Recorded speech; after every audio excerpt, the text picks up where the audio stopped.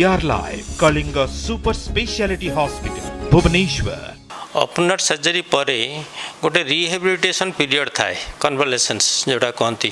छाती कटा हो पेनफुल कंडीशन छाती जो हाड़ अच्छी स्टर्नम आम काटी था जोड़ा होता है सी गैप हो जापे तेणुक सपोर्ट आम गोटे बेल्ट भिड़ाइवाई देवु एवं पेसेंट को ऑपरेशन पर नियमित भाव में व्यायाम कर सीबीजी पेसेंट डायबिटीज पेसेंट जोड़ा करिया कथा खाद्य पेय इंसुलिन इत्यादि सब ठीक भाव में डाक्तर परामर्श अनुजाई यूज कले से बहुत उपकार पाई था। अधिकांश साधारणतः जोड़ा CBG patient bypass surgery patient में साधारणतः डायबिटीज थाए हाइपरटेंशन थाए तार उपयुक्त चिकित्सा करवा उचित खाद्य पेय इत्यादि नहीं भाल्व सर्जरी जो गुड़ा करा जाए साधारणतः मेकानिकल भाल्व लगिले साधारणतः गोटे रक्त पतला करने औषध कंटिन्यूअस दि जाए एवं कंटिन्यूअस मझिरे ब्लड टेस्ट करी तार डोज मेंटेन करने नहले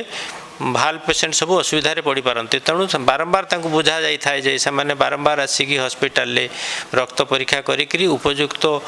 डोज्र औषध खाया दरकार 3 मास 4 मास पर सब प्रकार व्यायाम करेंगे किंतु बयस अनुजाई व्यायाम करेंगे जो मैंने धरा जाऊ वयस्क लोक से खाली चलाबुला करेंगे चली पारे कम बयस हेल्ले सब प्रकार व्यायाम करेंगे कंजेनिटल हार्ट डिजीज पिला माने से थे 2 वर्ष 2 वर्ष 3 वर्ष रेगुलर चेकअप कलापर वर्ष को थरे करिपारंती किंतु जो माने बाईपास सर्जरी हेतिबो कोन हेतिबो डायबिटीज से माने मझिरे चेकअप करिया 2 मास 3 मास मासे अकॉर्डिंग टू नीड से माने आसिक चेकअप करेबे। भाल्व सर्जरी पेशेंट जो माने एंटीकोआगुलेंट खाइतबे रक्त पतला करबा औषध खाउतबे से माने को पई विटामिन के थिबा खाद्य मना साधारणतः ग्रीन लीफी वेजिटेबल्स शाक सब्जी एगुड़ा सब मना आउ जो माने सीबीजी पेशेंट बाईपास सर्जरी होते कौन होची माने it is a progressive disorder atherosclerotic progressive disorder जमती कोलेस्ट्रॉल बढ़िबो नाही खाद्य पेय नहीं एंटी कोलेस्ट्रॉल एजेंट खाइबे ता संगे रक्त पतला करिया एंटी प्लेटलेट औषध खाइबे जोटा ग्राफ्ट फ्राफ्ट दिया हेतिबो सेटा बंद जमती न हुए।